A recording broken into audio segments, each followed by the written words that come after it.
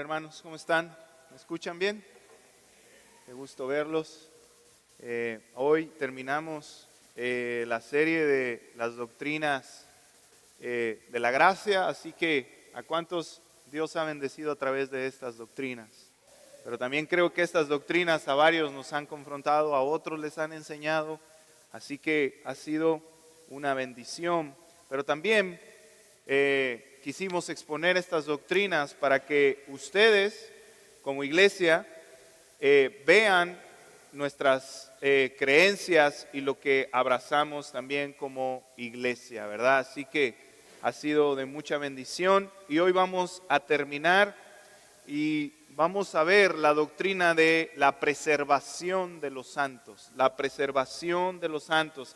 Así que acompáñenme como leyó el pastor Sergio, Primera de Pedro capítulo 1 versículo 3.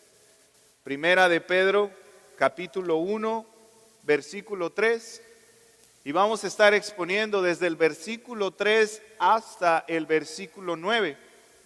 Y yo titulé este mensaje, Nuestras almas en las manos del Dios eterno. Nuestras almas en las manos del Dios soberano que lo gobierna absolutamente todo. Voy a dar lectura a la palabra de Dios, después oramos y comenzamos con la exposición de su palabra. Para aquellos que vienen por primera vez, mucho gusto, siéntete en casa. Yo soy uno de los pastores de Familia de Fe, mi nombre es Luis Mario, así que espero que Dios pueda hablar a todos en el día de hoy. Así que vamos a comenzar y dice así, Primera de Pedro, capítulo 1, versículo 3 al 9 y dice, bendito sea el Dios y Padre de nuestro Señor Jesucristo, quien según su gran misericordia nos ha hecho nacer de nuevo a una esperanza viva, mediante la resurrección de Jesucristo de entre los muertos, para obtener una herencia incorruptible, inmaculada y que no se marchitará, reservada en los cielos para ustedes. Mediante la fe, ustedes son protegidos por el poder de Dios para la salvación que está preparada para ser revelada en el último tiempo, en lo cual ustedes se regocijan grandemente, aunque ahora, por un poco de tiempo, si es necesario, sean afligidos con diversas pruebas, para que la prueba de la fe de ustedes, más preciosa que el oro que perece, aunque probado por el fuego, sea hallada que resulte en alabanza, gloria y honor y en la revelación de Jesucristo, a quien sin haber visto ustedes lo aman, y a quien ahora no ven, pero creen en Él y se regocijan grandemente con gozo inefable y lleno de gloria, obteniendo como resultado de su fe la salvación de sus almas. Vamos a orar. Señor, Padre Santo, tú que conoces nuestros corazones, pero que eres un Dios omnipresente, omnipotente, todopoderoso. Yo te ruego que uses tu palabra para que hables a nuestros corazones y que no sea un domingo más en el que cumplimos de manera religiosa venir para cumplir con nuestra conciencia, Señor. No, sino que tu palabra pueda hablarnos a nuestro corazón al punto que pueda penetrar hasta las coyunturas, hasta lo más íntimo de nuestro corazón y que nos despierte y nos avive para responder a nuestro Señor Jesucristo y que avive nuestros corazones al punto que podamos vivir una vida que te dé gloria, Señor, con la esperanza de que tú cuidas nuestras almas para siempre. Por favor, Espíritu Santo, ayúdame. Ayúdame porque soy débil y soy un hombre necesitado de tu sabiduría, de tu inteligencia para poder exponer tu palabra a tu iglesia, Señor. Por favor, pastoreanos a todos. Te pido todo esto en el nombre de Jesús. Amén. Amén. Hermano, recuerdo cuando nació nuestra primera hija Isabela. Fue un momento o uno de los momentos más hermosos que hemos experimentado o que yo he experimentado en mi vida. Pero recuerdo muy bien que la abrigábamos aunque hacía calor, porque no queríamos que le diera frío, no queríamos que le diera el sol. Lloraba y nos preocupábamos. ¿Y para qué les cuento la primera vez que le pegó temperatura? Le hablamos a mi mamá, le hablamos a Armando, le hablamos a todo el mundo porque no sabíamos qué hacer. La llevamos al hospital o qué hacemos con ella. Fue un momento de tensión. Obviamente todo esto lo hacíamos porque éramos padres inexpertos, era nuestra primer bebé. Pero ese cuidado era porque había llegado un ser valioso para nosotros. Era el ser más valioso que Dios nos había permitido tener y cuidar. Y ahora esto estaba despertando en nosotros un amor que no sabíamos que existía. Ahora, como padres, estábamos dispuestos a hacer lo que fuera necesario para salvaguardar su vida y su integridad. En este momento, hermanos, nos dimos cuenta que podíamos morir si era necesario por nuestra hija. Podíamos entregar nuestras vidas. Y no sabíamos que existía esa especie de amor. Y esto debe de hablarnos a nosotros. ¿En qué sentido? Hermanos, si nosotros que somos malos podemos hacer lo que sea necesario para cuidar y preservar la vida de nuestros hijos, ahora imagina lo que hace Dios con sus hijos escogidos. El que tiene un amor perfecto, santo y eterno. Hermanos, este es nuestro Dios que cuida a sus hijos y hace lo que fuera y hace lo que sea necesario para cuidar y preservar la vida de sus hijos, así como nosotros imperfectos, pecadores, limitados, hacemos lo que sea posible para cuidar la vida de nuestros propios hijos. Hermanos, los padres terrenales cuidamos a nuestros hijos mientras estamos vivos. Pero Dios no es así. ¿Por qué? Porque Dios cuida el alma de los suyos, no solo en esta vida, sino también cuida el alma de los suyos de forma eterna después de la muerte. Hermanos, no hay comparación entre nuestro Padre Celestial y nosotros como padres humanos. ¿Por qué? Porque nosotros cuidamos a nuestros hijos mientras vivimos, pero Dios nos cuida de manera plena y perfecta toda la historia de nuestra vida hasta la eternidad. Ese es el Padre que tú y yo tenemos.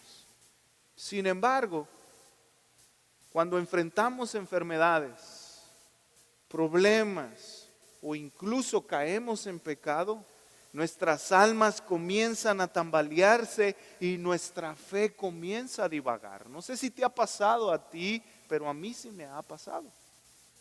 Comenzamos a cuestionarnos si realmente Dios cuida de nosotros.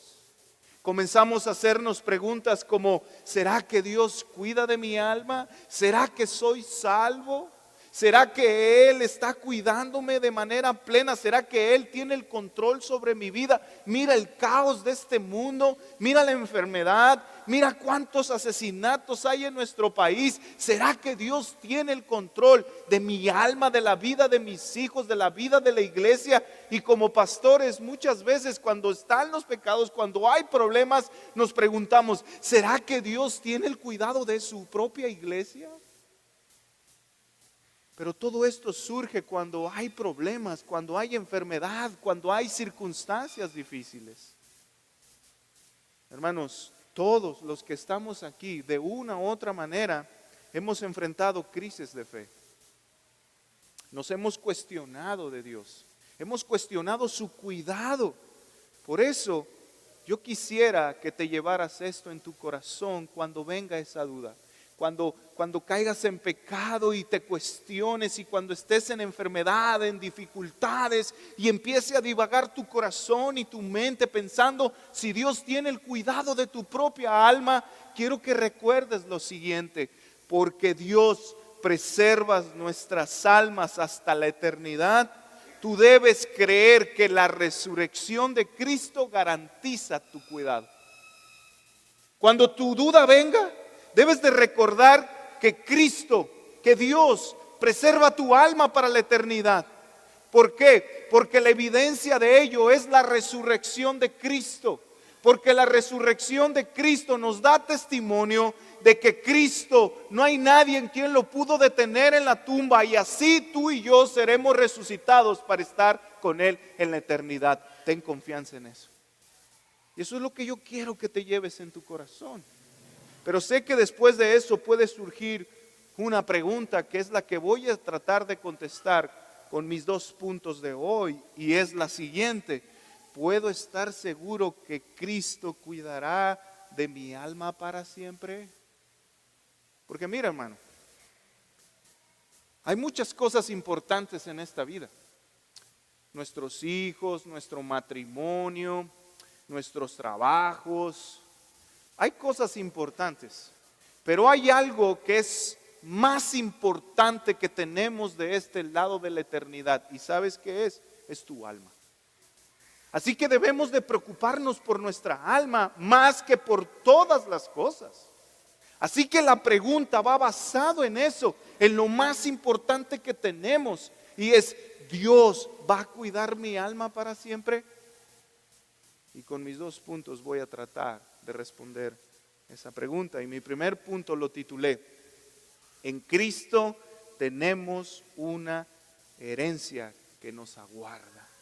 En Cristo tenemos una herencia que nos aguarda. Por consiguiente, Él cuidará de ti para siempre. Él cuidará de ti para siempre. Así que déjenme poner en contexto de lo que está pasando en la carta de Primera de Pedro, para que podamos entender la importancia de nuestros versículos. Esta carta fue escrita por el apóstol Pedro a los dispersados. Lo que se dice es que esta iglesia estaba ubicada en Roma, o fue una carta enviada para la iglesia de Roma. En este tiempo, cuando fue enviada esta carta, ellos estaban pasando por persecuciones acerca del emperador Nerón. De hecho, se dice que fue tan fuerte la persecución que no se puede contabilizar las personas que fueron quemadas y crucificadas en aquel entonces, aquellos creyentes que fueron perseguidos.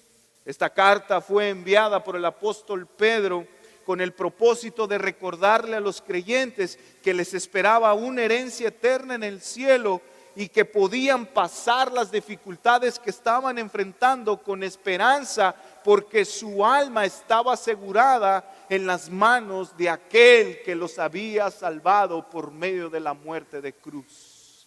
Así que ellos podían confiar en que en medio de la persecución, lo único que Nerón podía hacer es acabar con su cuerpo, acabar con su vida, pero no destruir su alma. ¡Wow! Eso es increíble lo que Pedro les está escribiendo. Así que miren lo que dice Pedro en los versículos 3 y 4.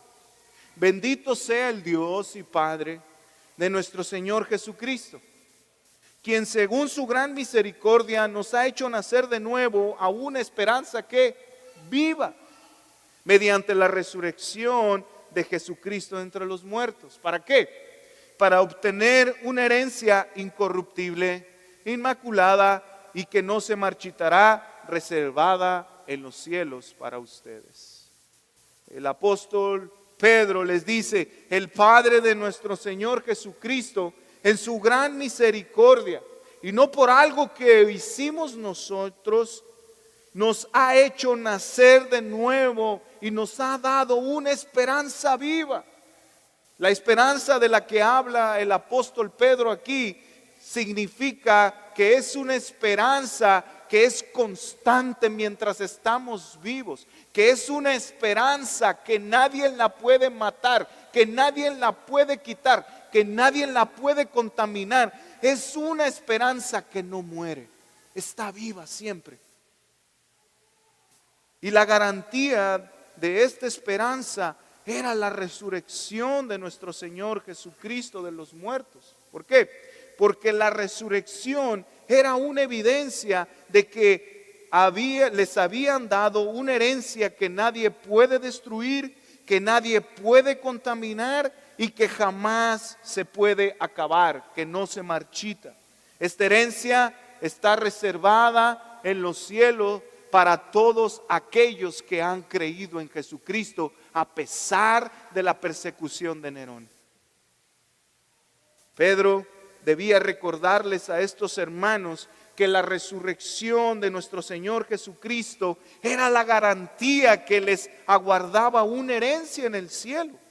Y esta herencia era eterna. Y la demostración de esto era que la tumba no había podido acabar con el dador de la vida eterna. La resurrección de Cristo era la representación para ellos y era la evidencia de que ni Satanás, ni la muerte, ni nada de lo que existe había podido detener al Dios encarnado que resucitó de entre los muertos. Y así como Él había resucitado, también los creyentes iban a resucitar. ¿Por qué? Porque Dios les había dado una herencia eterna. Eso es lo que Pedro quiere decirle a esta iglesia. La resurrección era la evidencia de que Cristo es eterno. Por consiguiente, la herencia que ellos ahora tienen también lo era. Ahora tenían la esperanza viva porque su Salvador había resucitado y no estaba muerto. Eso es lo que Pedro quiere decirles. Hermanos, la doctrina de la preservación de nuestras almas no solo era de suma importancia para la iglesia del primer siglo, sino también lo es para la iglesia el día de hoy. Así como sus almas de esos creyentes tenían la garantía de que tenían una herencia eterna, también nosotros tenemos la misma garantía que ellos. Hermanos, la resurrección de nuestro Señor Jesucristo es lo que nos hace nacer de nuevo y despierta en nosotros una esperanza que nadie la puede matar, que nadie puede acabar con ellas. Cristo, mediante su resurrección, vence el pecado, vence a Satanás y a la muerte, y nosotros, al confiar en su sacrificio, en lo que Él hizo, somos resucitados de nuestra muerte espiritual y obtenemos una herencia para nuestra alma que nadie puede volverla a asesinar, porque Él le ha dado vida y vida para siempre. ¿Entendieron eso?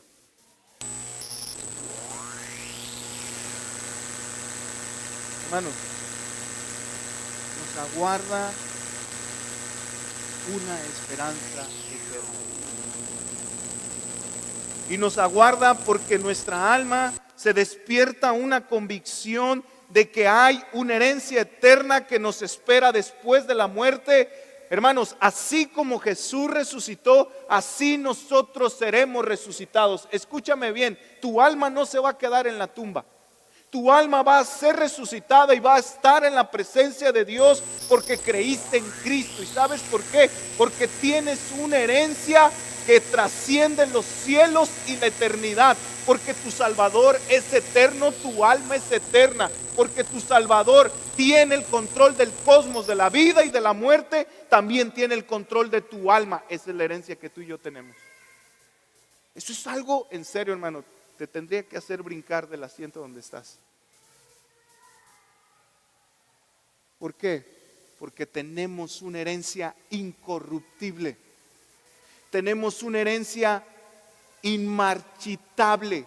No es como las hojas, no es como las plantas que están y después se secan. No es como nosotros que crecemos y nos morimos y nos quedamos en la tumba. No, tenemos una herencia eterna que nadie puede quitar, que nadie puede contaminar, pero tenemos una herencia que ni Satanás nos la puede arrebatar. Esa es la herencia que tú y yo tenemos. Nuestra alma no se perderá, Nuestra vida no se perderá en este mundo porque nos aguarda la vida eterna que es nuestra herencia.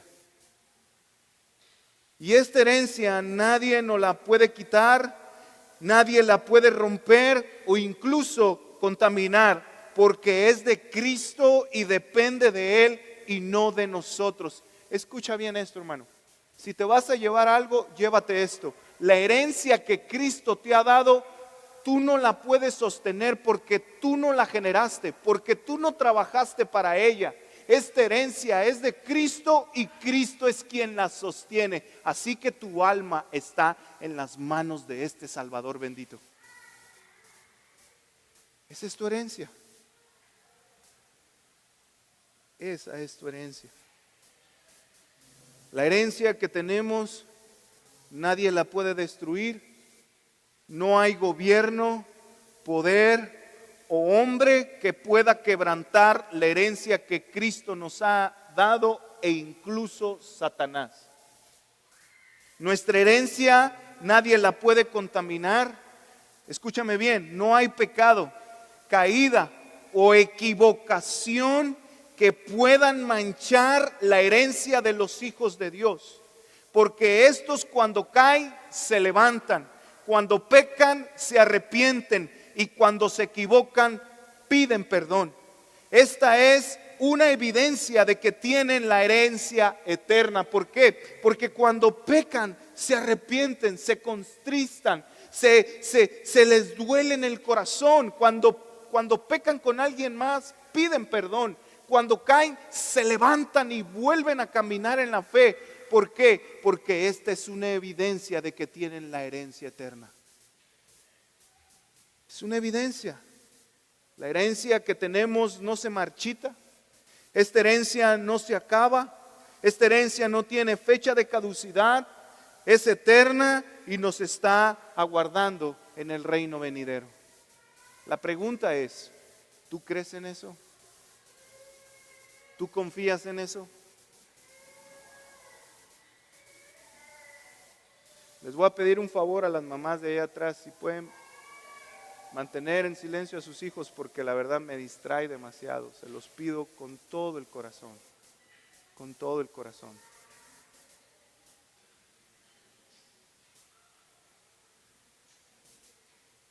Hermanos, sin embargo, estamos tan influenciados por este mundo que cuando hablamos de la herencia, es inevitable pensar en las herencias que los padres humanos le dejan a sus hijos. Y nos imaginamos algo como así. Imagina que un padre está en el hospital, en su lecho de muerte, y le dice a su único hijo, hijo, ven, porque quiero decirte lo que te he dejado. Mira, ¿sabes qué, hijo? Te he dejado la vida automáticamente asegurada para el resto de tus años que quedan. ¿Por qué? Porque te dejé una cuenta en el banco donde tienes 5 millones de pesos para ti, 100 millones de pesos para ti. También te dejé 3 empresas en las cuales mientras vivas o mientras dures, mensualmente ellas te van a generar 2 millones de pesos mensuales sin que hagas algo. Y para que no sufras, hijo, puse a tu nombre todas las propiedades que tenías. Así que te dejé prácticamente la vida asegurada el resto de tu vida. Hermanos, y aunque esto suena muy lindo para aquellos que les dejan una herencia y les dejan una casa y no pagan renta, gloria a Dios por eso, gloria a Dios a sus padres que les dejaron eso. Pero ¿saben algo? Aunque esto suena lindo y muy enriquecedor, esta herencia algún día alguien se la va a acabar porque es pasajera. Algún día esta herencia va a terminar. Algún día alguno de los hijos va a hacer mal uso, algún día va a surgir un problema o algún día va a pasar algo y eso alguien se lo va a acabar. Pero la herencia de la que Dios nos está hablando en este pasaje no es una herencia humana que tiene fecha de expiación, que tiene fecha de caducidad. el pasaje lo que nos quiere hacer consciente es que la herencia que tenemos no tiene fin y que nadie nos la puede arrebatar, porque es una herencia que trasciende los cielos. No es una herencia como en el banco que nos dejan unos millones, unos cuantos pesos. No, hermano, esta herencia es en el banco de la eternidad, donde Dios es quien tiene el control y es rico, no en millones, sino en millones y trillones de misericordia, donde te sostiene a ti, a mí, y tiene la capacidad de sostener y darle vida eterna a todos aquellos que por la eternidad ha predestinado y que va a sostener para su reino venidero. Esa es la herencia que tú y yo tenemos. Esa es la herencia. Y esta herencia no se obtiene por nuestras obras de justicia, ni por lo bueno que podemos llegar a ser, porque recordemos que nacemos siendo malos, que todos somos perversos y que amamos el pecado. Y me encanta lo que dice el pasaje, el versículo 1 dice: bendito sea el Dios y Padre de nuestro Señor Jesucristo, quien según su ¿qué? Su gran misericordia. Pedro quiere dejarle claro a esta iglesia que ellos no hicieron mucho, hermano, y ellos están siendo perseguidos.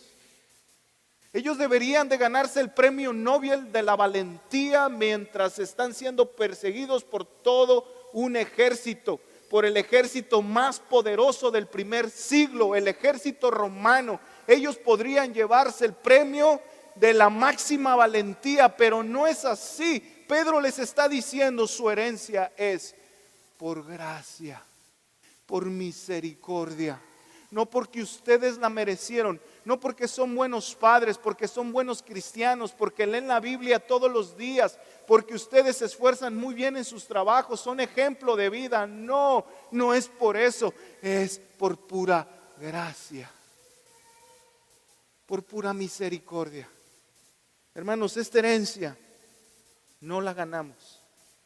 Esta herencia no se obtiene por ningún medio más que por el medio de la persona y la obra de nuestro Señor Jesucristo. Al Dios misericordioso le plació llamar al arrepentimiento a los elegidos para darnos una herencia eterna. No la merecemos, no la podemos ganar. Sin embargo, al Dios eterno le plació darnos a Cristo como garantía de nuestra vida eterna. Y la evidencia de esto es la resurrección de Jesús. Es la resurrección de Jesús.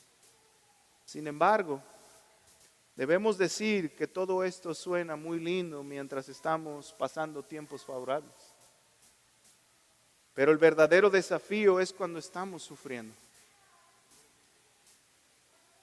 Y es en serio, hermanos, porque cuando estamos pasando tiempos favorables vivimos en la vida de la herencia, pero cuando estamos sufriendo, y ahí como que se nos empieza a olvidar, empezamos a divagar, nuestra fe empieza a caminar en arena movediza y ya no sobre la roca. Cuando las cosas no están bien es donde realmente se muestra la fe que tenemos. Cuando las cosas no van bien es cuando nuestras almas son turbadas, y por eso la gran pregunta que surge es: ¿cómo podemos mantener viva la esperanza de la herencia? ¿Cómo le hacemos? ¿Cómo le hacemos? Porque tenemos que decir algo, hermanos. Algún día todos los que estamos aquí vamos a pasar por problemas. Los problemas son inevitables. ¿Cómo vamos a hacerle para mantener viva la esperanza de la herencia que tenemos? La buena noticia es que mi segundo punto de mi sermón responde esa pregunta. Por eso lo titulé: nuestra fe en Cristo hace que el poder de Dios preserve avivadas nuestras almas para la eternidad. En los versículos 5 al 9, Pedro dice lo siguiente: mediante la fe ustedes son protegidos por el poder de Dios, para la salvación que está preparada para ser revelada en el último tiempo, en el cual ustedes se regocijan grandemente, aunque ahora, por un poco de tiempo, si es necesario, sean afligidos con diversas pruebas, para que la prueba de la fe de ustedes, más preciosa que el oro que perece, aunque probado por el fuego, sea hallada que resulta en alabanza, gloria y honor en la revelación de Jesucristo, a quien sin haber visto ustedes lo aman, y a quien ahora no ven, pero creen en Él, y se regocijan grandemente con el gozo inefable y lleno de gloria, obteniendo como resultado de su fe la salvación de sus almas. En otras palabras, lo que Pedro les está diciendo es: la fe que han puesto en Cristo hace que el poder de Dios proteja sus almas para la salvación eterna. En esta salvación ahora se gozan grandemente, aunque mientras están en este lado del mundo pasarán por diversas pruebas. Pero estas pruebas pasajeras solo prueban que la fe de ustedes es más valiosa que el oro, porque aunque es pasada por el fuego, permanecerá firme para el día en que nuestro Señor Jesucristo regrese en gloria. Ustedes por ahora aman a Jesús aunque no lo ven. Ustedes por ahora creen en Jesús aunque no pueden verlo. Ustedes ahora tienen un gozo indescriptible y glorioso porque han conseguido la meta de su fe. Y la meta de su fe es mantenerse firmes en la fe para esperar y aguardar la vida eterna que les viene. Eso es lo que Pedro está diciendo. El poder de Dios protege el alma de los que han creído en Cristo Jesús, dice Pedro. Hace algunos días, una de mis hijas no quería pasar por un pasillo porque estaba una cucaracha ahí, una cucarachilla. Y yo le digo: hija, pasa por ahí. Me dice: no, papá. Y se paralizó, literal estaba. Y yo: ándale, hija, no, ahí está la cucaracha. Y le digo: mi amor, mira lo grande que estás y mira lo insignificante de la cucaracha. Solo písala y mátala. Y luego me responde: papá, es que no sabes cuánto miedo le tengo. No sabes cuánto miedo le tengo. Y sabes algo, hermano, en ese momento, esto pasó hace unos días, me hizo reflexionar acerca de este sermón y dije: ya saqué una ilustración. ¿Por qué? Porque nosotros muchas veces, aunque sabemos quién es Dios, conocemos sus atributos, sabemos que es todopoderoso, omnipotente, omnisciente. Cuando pasamos por dificultades, olvidamos que los problemas a la par de Dios son como una simplemente cucaracha, que no tiene punto de comparación. Pero lo que causan los problemas muchas veces es que nos atemoricen y nos hacen dudar acerca de quién es Dios y de su cuidado. ¿Por qué? Porque nos empezamos a preguntar: ¿será que Dios me cuida? ¿Será que Dios tiene el control de mi alma? ¿Será que sí hay vida después de la muerte?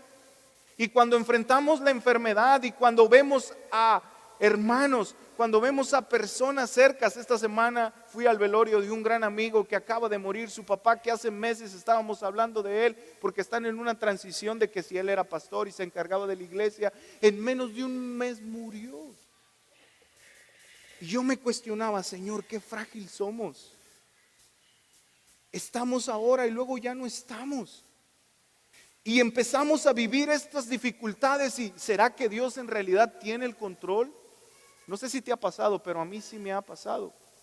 Pero empezamos a olvidar, hermanos, como mi hija olvidaba, que ella está grande y puede matar una simple cucaracha. Y muchas veces los problemas así debemos de verlos a la par de Dios, tan pequeños, tan insignificantes, a lo grande, poderoso, majestuoso, todo soberano, todo rey que gobierna sobre nuestras almas, sobre el universo entero. A la par de ese Dios bendito, nuestros problemas no son nada. Nuestras almas son insignificantes a la par de Dios, hermanos. Debemos tener fe en que Dios, mediante su poder, cuida y preserva nuestras almas para la eternidad. ¿Qué somos nosotros a la par de este Dios? ¿Qué es el mundo? ¿Qué son los planetas? A la par de este Dios todopoderoso que hablaba y se creaban las cosas, hermanos. Nuestro Dios es el Dios que gobierna todas las circunstancias que suceden en este mundo, hermanos. En la guerra que está en el Medio Oriente, Dios tiene el control. En la guerra que está pasando ahorita entre Rusia y Ucrania, Dios tiene el control. El narcotráfico en México, Dios tiene el control, hermano. Todo lo que está sucediendo en la historia y lo que va a suceder, Dios tiene el control porque es poderoso. Él tiene cuidado de tu alma. Él tiene cuidado de tu alma. ¿Y sabes qué es lo único que hace que su poder de Dios cuide y preserve nuestras almas? La fe en nuestro Señor Jesucristo. La fe en Jesús, la fe en sus promesas, la fe en que tenemos una herencia eterna. Eso hace que el poder de Dios nos guarde, hermanos. El poder de Dios guardará a cada uno de los que han puesto su fe en Cristo. Estos no se perderán porque el Padre los preserva. Por consiguiente, hermano, es imposible que alguien que ha creído en Cristo pueda perder la salvación. Es imposible. Imposible. ¿Sabes por qué? Porque si alguien pierde la salvación una vez que ha creído, entonces lo que está sucediendo es que nuestro Dios no es Dios. ¿Sabes por qué? Porque es tan débil, es tan frágil que Luis Mario se le puede escapar de las manos. No, hermano, eso es imposible, porque aún una persona que ha creído en Cristo jamás va a poder perder la salvación. ¿Saben por qué? Porque está escondida su alma en la vida de nuestro Señor Jesucristo. Y para que Dios pueda rechazar esa alma, ¿sabes qué tendría que hacer? Rechazar primero a su Hijo Jesucristo. Y eso jamás va a suceder. Tu alma está en las manos del Hijo poderoso. Mira lo que dice Juan 17:12. Cuando yo estaba con ellos, los guardaba en tu nombre, el nombre que tú me diste. Los guardé y ninguno se perdió, excepto el hijo de perdición, para que la escritura se cumpliera. Juan está diciendo: Señor, mientras yo vivía, yo sostenía a estos que tú me diste, pero cuando yo me vaya, tú los vas a seguir sosteniendo. ¿Saben por qué? Porque hemos creído en este sostenedor del cosmos. ¿Cuánto más no va a sostener tu alma y mi alma? Hermanos, nuestro Salvador es poderoso. Es poderoso. Pero luego después surge una pregunta. Entonces, ¿qué sucede con aquellos que se apartan de la fe? ¿Perdieron su salvación? ¿Qué sucede? Hermanos, si en verdad creyeron esas personas, el poder de Dios hará un día, los hará volver al camino de Dios. Pero si no vuelven, es porque nunca creyeron. Y eso mismo dice Primera de Juan, capítulo 2, versículo 19. Miren lo que dice, Primera de Juan, capítulo 2, versículo 19, dice: ellos salieron de nosotros, pero en realidad no eran de nosotros. Porque si hubieran sido de nosotros, habrían permanecido con nosotros. Salieron de nosotros a fin de que se manifestara que no todos son de nosotros. Hermanos, la evidencia de que una persona tiene la vida eterna, ¿sabes cuál es? Que permanece firme en la fe mientras vive, o que vuelve a los caminos de Dios. Esa es la evidencia de que una persona tiene la herencia y también el poder de Dios lo está sosteniendo y está sosteniendo su alma. Así que, hermanos, no hay prueba, pecado o persona que nos pueda separar del poder de Dios. Por consiguiente, los problemas prueban nuestra fe, pero no la rompen. Las enfermedades debilitan nuestra fe, pero no pueden matarla. La muerte puede meternos en una crisis de fe cuando perdemos a un familiar o a alguien querido, hermano, pero no puede destruir nuestra fe. Y esto se debe a que nuestra fe es de Cristo y el poder de Dios sustenta y preserva nuestras almas a pesar de las circunstancias que nosotros atravesemos. Nuestra alma y nuestra fe va a seguir siendo intacta. ¿Sabes por qué? Porque Cristo mediante su poder la sostiene.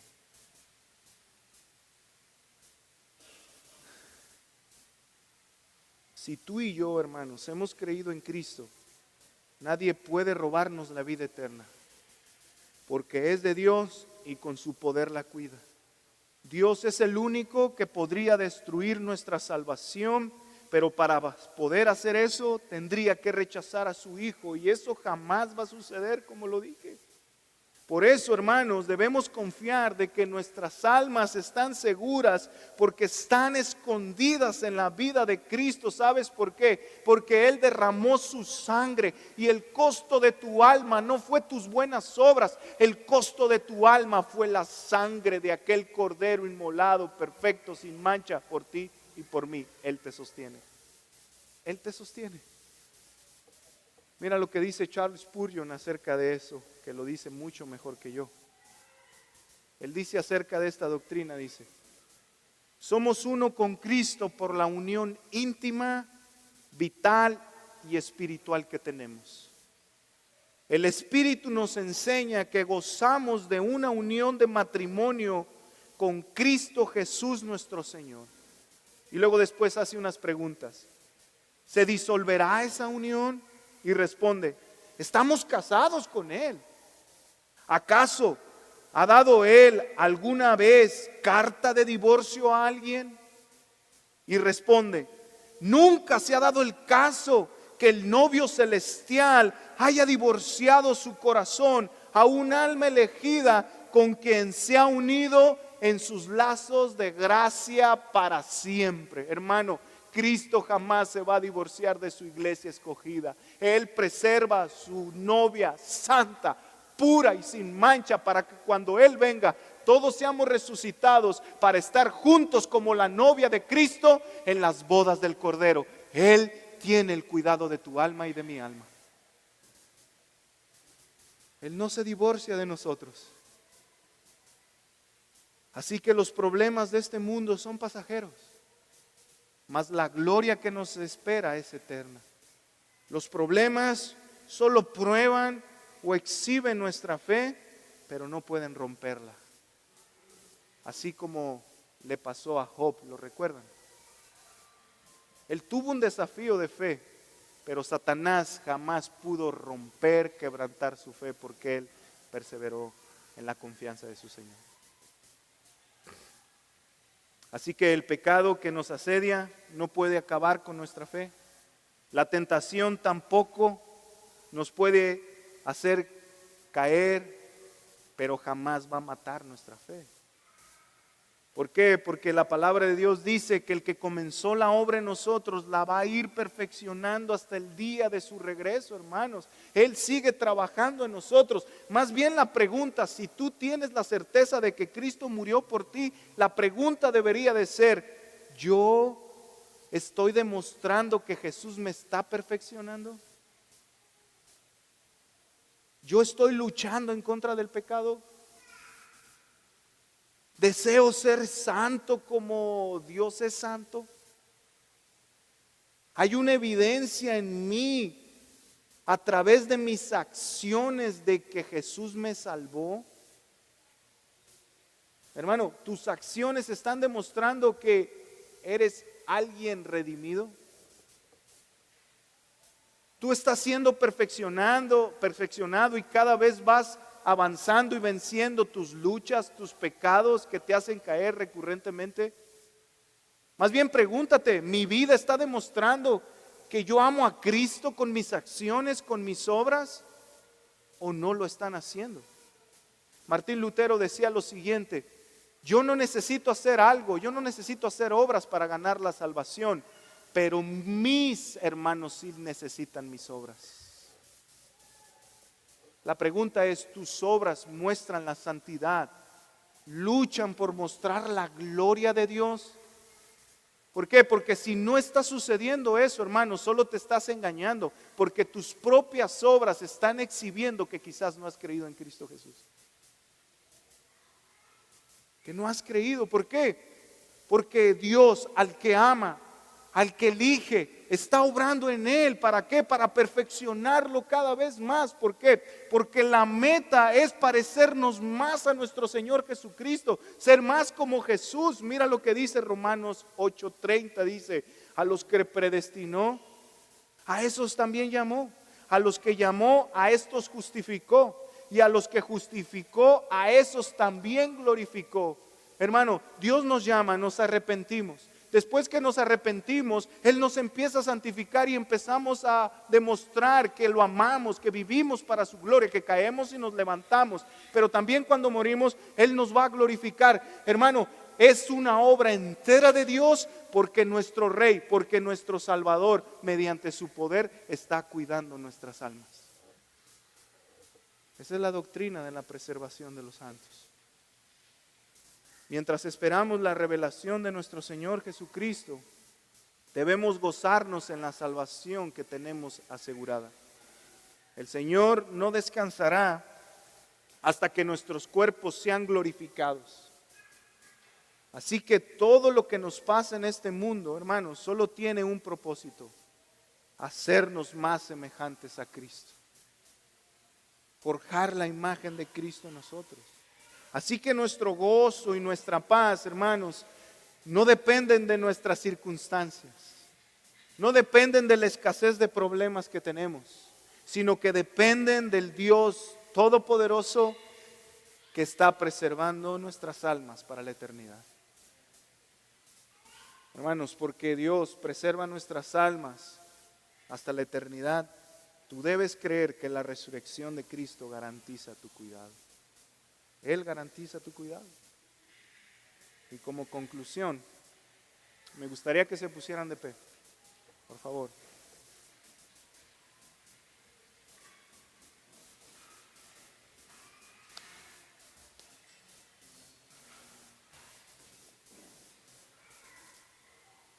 Como lo dije al principio, ¿cuántos de aquí en realidad no hemos pasado por problemas difíciles? O quizás, hermanos, algunos de ustedes en este momento estén pasando por problemas difíciles. Quizás alguno de ustedes sea tan recurrente un pecado en el que está cayendo que su fe está sufriendo una crisis en este momento. Quizás algunos de ustedes estén teniendo problemas matrimoniales que dicen: Señor, ¿será que mi esposa o mi esposo no es salvo? Quizás algunos de otros de ustedes temen a la muerte. ¿Será que habrá vida después de la muerte? No sé cuál sea tu pregunta. O quizás algunos de ustedes digan: bueno, yo ahorita estoy bien, pero algún día va a venir la prueba. Y hay pruebas, hermanos, que son difíciles, y una de ellas es enfrentar la muerte. Es una prueba difícil, pero es inevitable. De hecho, hay un dicho que dice: para todo hay solución, menos para la muerte. Pero déjame darte una buena noticia. Aún para la muerte hay solución. Porque el destructor de la muerte es Cristo Jesús, quien da vida eterna a aquellos que creen en Él. Aún para la muerte, Cristo es la solución. Y sé que algunos de nosotros podemos estar pasando momentos difíciles donde nuestras almas están turbadas, donde nuestras almas están ansiosas, donde estamos temiendo, donde estamos viviendo el caos, donde estamos siendo golpeados, donde estamos afanados, donde estamos pasando por circunstancias difíciles. Por eso quisiera terminar, hermano, con un corazón pastoral, intentando que Dios, el Rey, pastoree tu corazón mediante esta doctrina de la preservación de los santos, con este pasaje que le engloba todo.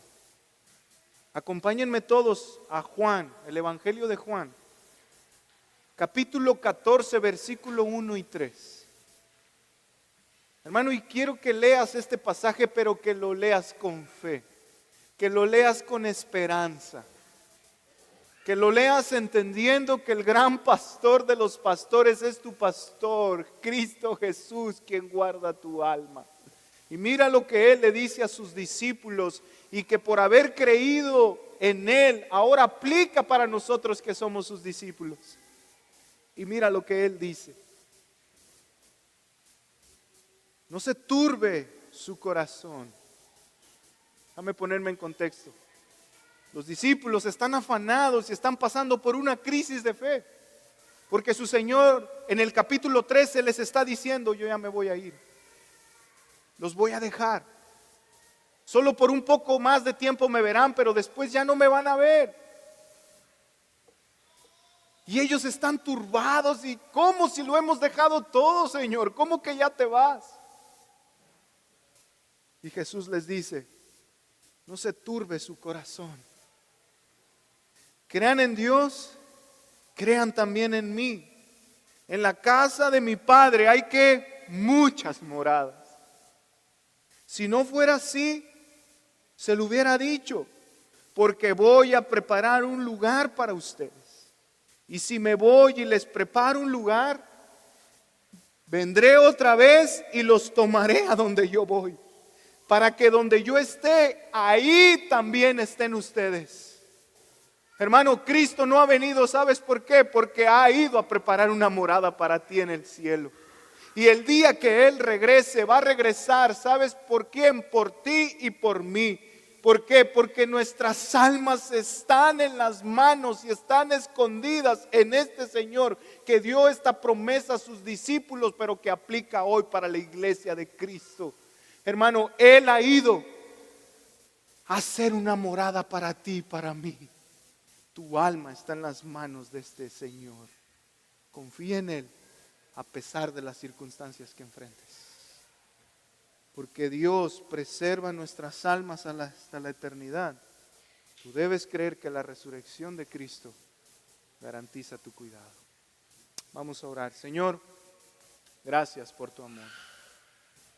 Gracias por esta serie de doctrinas que lo que hace es destruir el corazón vanidoso del hombre. En estas doctrinas tú nos muestras que somos débiles, extraviables, frágiles, perdidos, malos. Pero a través de estas doctrinas nos muestras tu bondad, tu poder, tu gracia, tu amor, tu cuidado, tu misericordia incondicionalmente, Jesús. Por eso yo quiero orar que si hay hermanos que están pasando por momentos difíciles, que tú les pastorees en este momento, Jesús. Si hay familias que están viviendo crisis de fe, dales fe y afianza su fe. Pero también si hay en medio de nosotros alguien que nunca ha creído en Jesús, despiértale a la fe. Haz una obra en su corazón y que no se vaya de este lugar sin haber creído en ti, Jesús. Padre, te pedimos todo esto en Cristo para tu gloria. Amén. Hermanos, ¿cómo ven si terminamos cantando?